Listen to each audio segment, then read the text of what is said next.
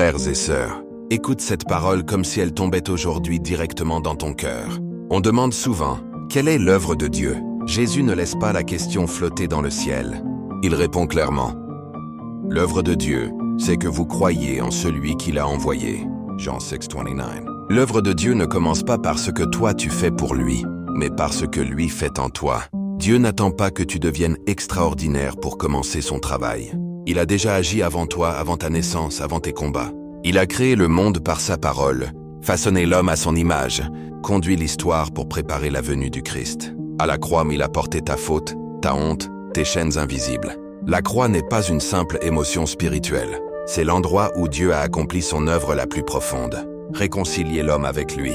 Dans la résurrection, il a ouvert une porte que personne ne pourra fermer. Aujourd'hui, cette œuvre veut toucher ton cœur. Pas seulement ton intelligence ou ton vocabulaire biblique, mais ta confiance, ta volonté, ton intérieur. Croire, ce n'est pas juste reconnaître que Dieu existe. Croire, c'est t'appuyer sur Jésus comme ta seule source, accepter que tu ne peux pas te sauver toi-même, laisser tomber les masques et les justifications, et dire « Seigneur, prends mon cœur, et je m'abandonne. » Et ce mouvement-là, la Bible dit que c'est Dieu qui le produit en toi.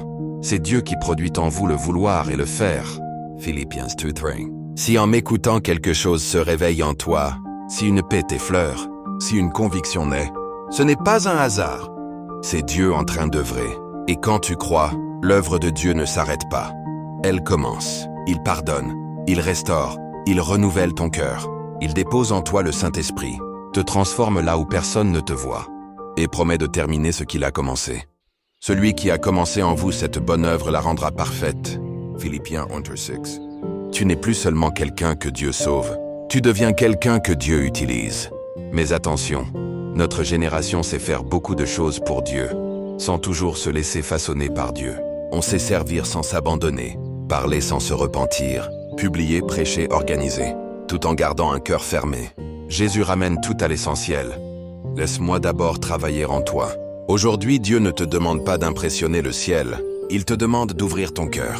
Si cette parole te touche, tu peux dire simplement « Seigneur Jésus, j'ai trop souvent voulu faire pour toi, sans te laisser faire en moi.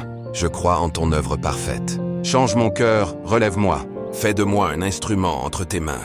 Amen. » Frères, sœurs, quand Dieu trouve un cœur qui croit vraiment, il écrit une histoire que rien ne peut arrêter.